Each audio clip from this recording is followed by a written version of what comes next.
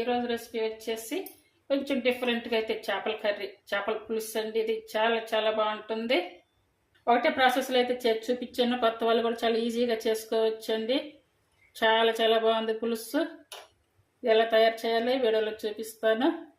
చేపల కూర తయారు చేయడానికి అయితే చింతపండు వచ్చేసి దాదాపుగా కొంచెం పెద్ద లెమన్ సైజ్ అంత అయితే తీసుకున్నాను. అంటే మనం చేపలను తీసుకునే దాన్ని బట్టి ఈ చింతపండు అనేది అయితే తీసుకోవాలి. చేపల పులుసు పెట్టుకోవడానికి ఇప్పుడు ముందుగా చేపలు అయితే తీసుకోవాలి.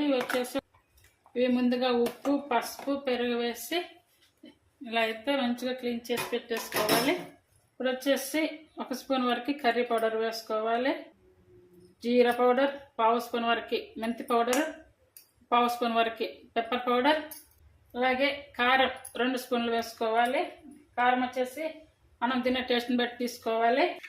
అలాగే టేస్ట్ సరిపడా సాల్ట్, కరివేపాకు ఇలా కలిపి పులుసు పోసుకోవాలి. ఇవన్నీ కూడా ఇట్లా ఒకసారి అంతా కూడా బాగా కలిపి ఒక 1/2 అవర్ ఇలా ఈ పులుసు వాటర్లోనే ఇలా ఈ చేప ముక్కలని అయితే ఇలా ఉంచేసేయాలి. చూడండి ఈ ఆయిల్ అయితే నేను ఫిష్ ఫ్రై చేశాను అన్నమాట. అదే ఆయిల్ని ఇందులో వేస్తున్నాను. ఈ కర్రీకి ఉపయోగిస్తున్నాను ఆయిల్.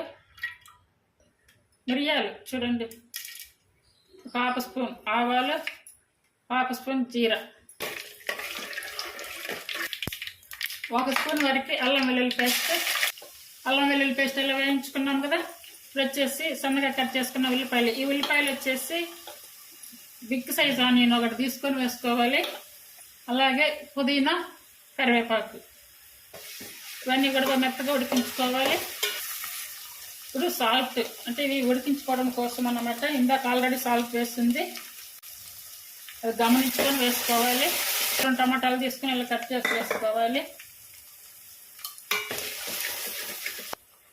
1/2 స్పూన్ వరకు పసుపు, కొంచెం టమాటా ప్యూరీ అయితే ఇలా వేసానండి. ఇందులో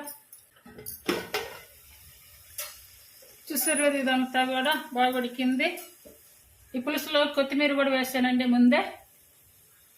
ఇప్పుడు ఇవన్నీ కూడా ఇందులో వేసేసుకోవాలి.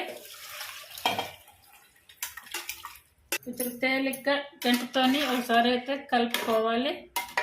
మరీ గట్టిగా అలా స్పీడ్గా కాకుండా కొంచెం నిదానంగా అయితే కలుపుకోవాలి. అంటే ఈ పులుసులో ముందుగా నానబెట్టి చేయడం వల్ల చేప ముక్కలకి మంచిగా పులుసు, కారం, అలాగే సాల్ట్ అన్నీ కూడా బాగా పడతాయి.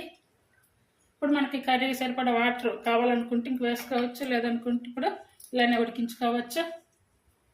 చేపల పులుసుని ఇలా తయారు చేయండి, చాలా బాగుంటుంది టేస్ట్ కూడా.